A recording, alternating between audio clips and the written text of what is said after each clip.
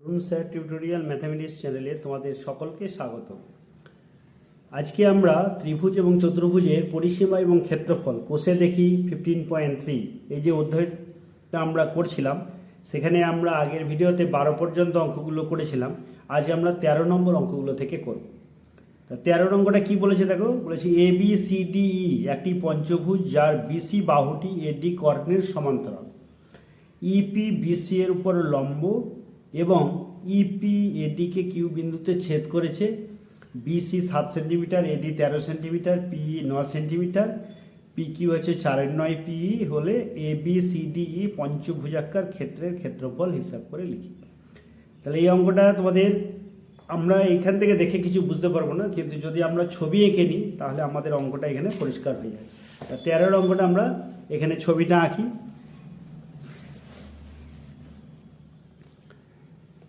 তাহলে আমরা কি করব, প্রথমে পঞ্চভুজ। তা পঞ্চভুজ বলতে গেলে নিচে একটা বাহু, তারপরে আমরা এদিকে একটা বাহু টানলাম, এদিকে একটা বাহু টানলাম, এইদিকে একটা আর এদিকে একটা।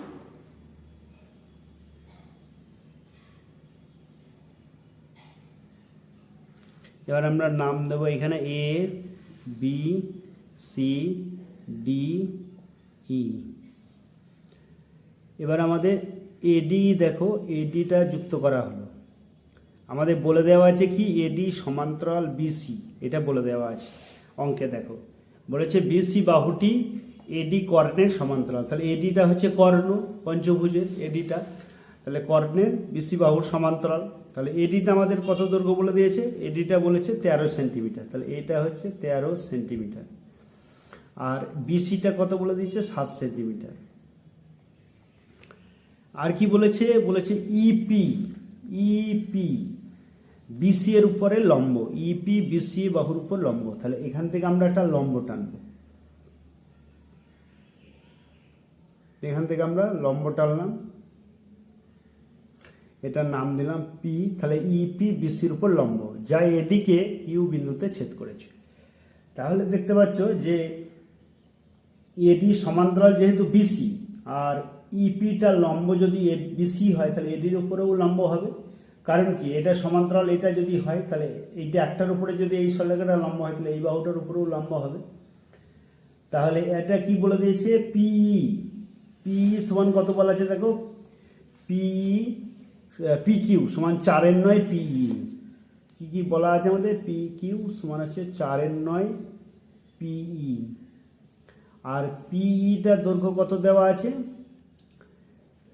পিই হচ্ছে 9 সেন্টিমিটার, পিইটা হচ্ছে পিই সমান আছে 9 সেন্টিমিটার।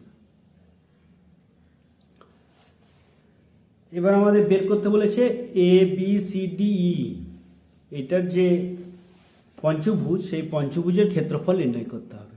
তাহলে দেখো এই যে এডিটা যে আমাদের কর্ণ টানা হলো, এর ফলে আমাদের দেখো ABCD এটা একটা ট্র্যাপিজিয়াম তৈরি করে দিয়েছে, ট্র্যাপিজিয়াম, আর উপরটা দেখা একটা ত্রিভুজ। তাহলে ট্র্যাপিজিয়ামের ক্ষেত্রে হাফ ইন্টু সমান্তরাল বাহুদ্বয় দৈর্ঘ্যের সমষ্টি ইন্টু ওয়াদের মধ্যে লম্ব দূরত্ব। অর্থাৎ আমাদের যদি পি কিউ এই দৈর্ঘ্যটা বের করতে পারি তাহলে নিচের যে দিকটা আছে ট্র্যাপিজিয়ামের ক্ষেত্রফলটা পেয়ে যাব।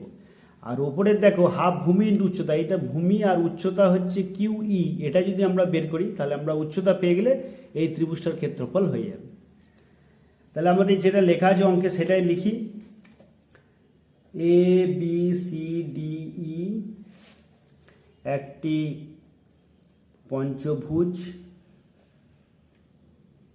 পঞ্চভুজ যার বিসি বাহুটি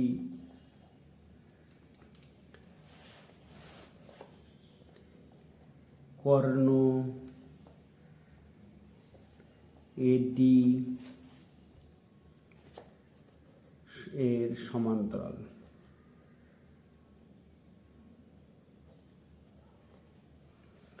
আর কি বলে দেওয়া আছে, বিসি সমান 7 সেমি, এডি সমান 13 সেমি, পি সমান হচ্ছে 9 সেমি।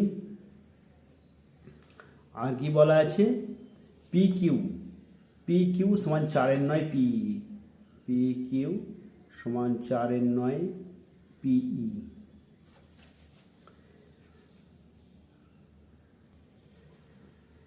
তাহলে এখন পি কত দেওয়া আছে, তাহলে অর্থাৎ পি কিউ সমান বের করে নিই। পি কিউ সমান কত আসছে দেখো, 4/9 ইন্টু পি এ, পি মানে কত দেওয়া আছে 9 সেন্টিমিটার, তাহলে 9 সেমি সমান 4 সেমি, 9 কেটে গেল, তার মানে পি কিউ সমান 4 সেমি বেরিয়ে গেল।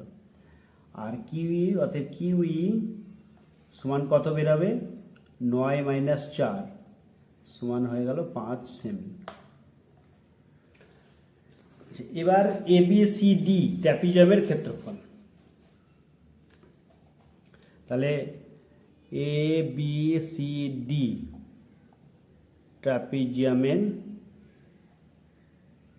ট্র্যাপিজিয়ামের ক্ষেত্রফল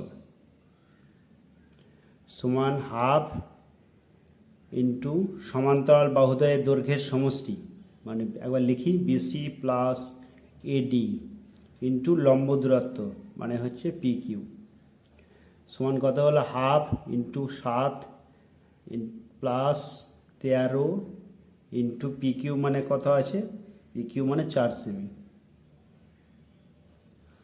সমান হাফ ইন্টু 20 ইন্টু 4 সেমি সমান 2 10 যদি কেটে দাও 4 10 40।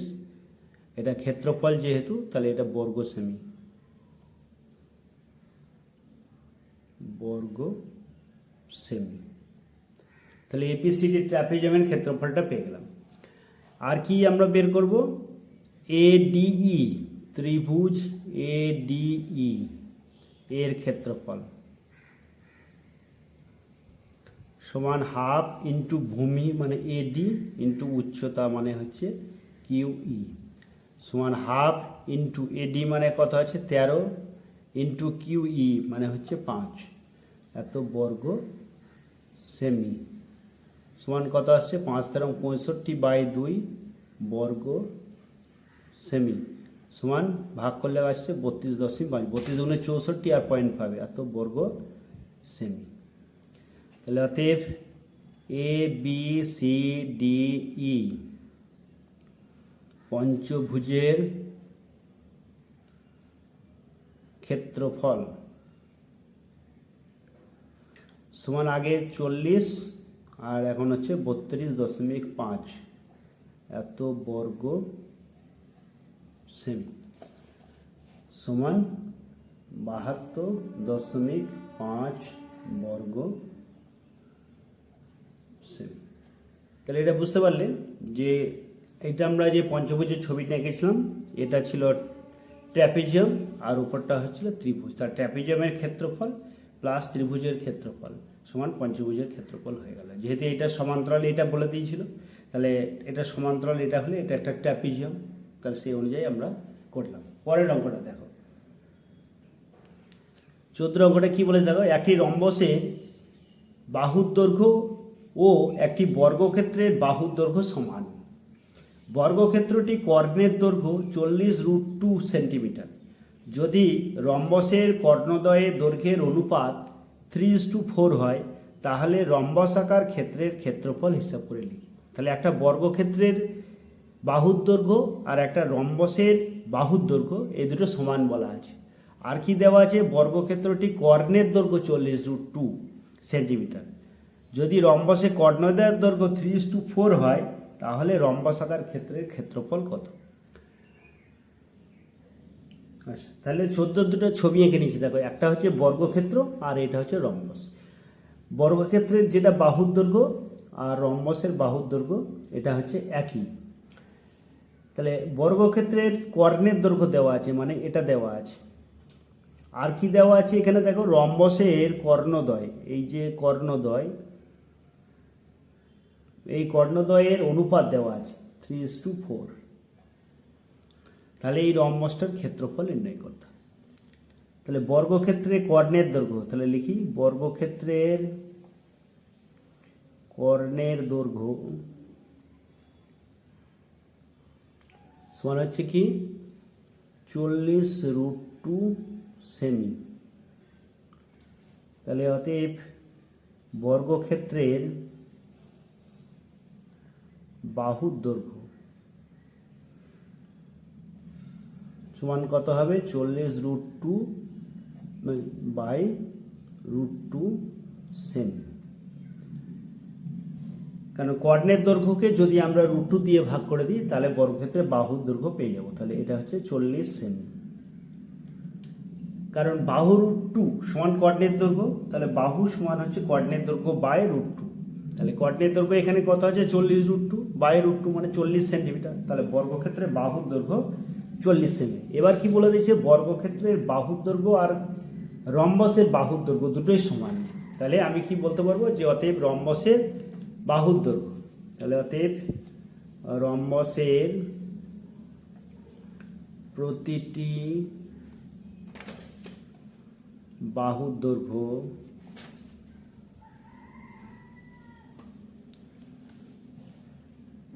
রম্বসের প্রতিটি বাহুর দৈর্ঘ্য সমান হচ্ছে 40 সেমি।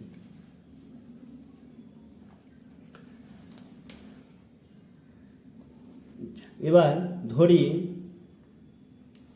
রম্বসের কর্ণদ্বয়ের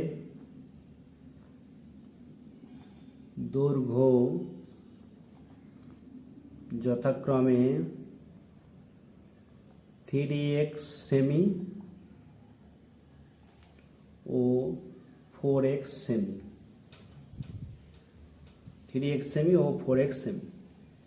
কারণ এখানে কি আমাদের বলা আছে অনুপাত দেওয়া আছে 3:4, যেখানে x আনুপাতিক ধ্রুবক। তাহলে আমরা যদি এখানে একবার রম্বসের ছবিটা এখানে এঁকে নিই,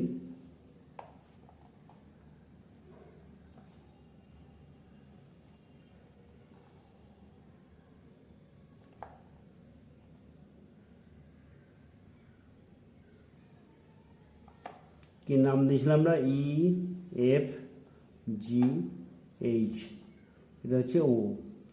তাহলে এইটা কত হচ্ছে তোমার পুরোটা হচ্ছে 3x, তাহলে এইটা অর্ধেক মানে 3x/2, আর এইটা হচ্ছে পুরোটা হচ্ছে 4x, তাহলে এদিকটা হবে 2x আর এদিকটা 2x, এটা হচ্ছে 3x/2। এগুলো সব কিন্তু সেমিতে।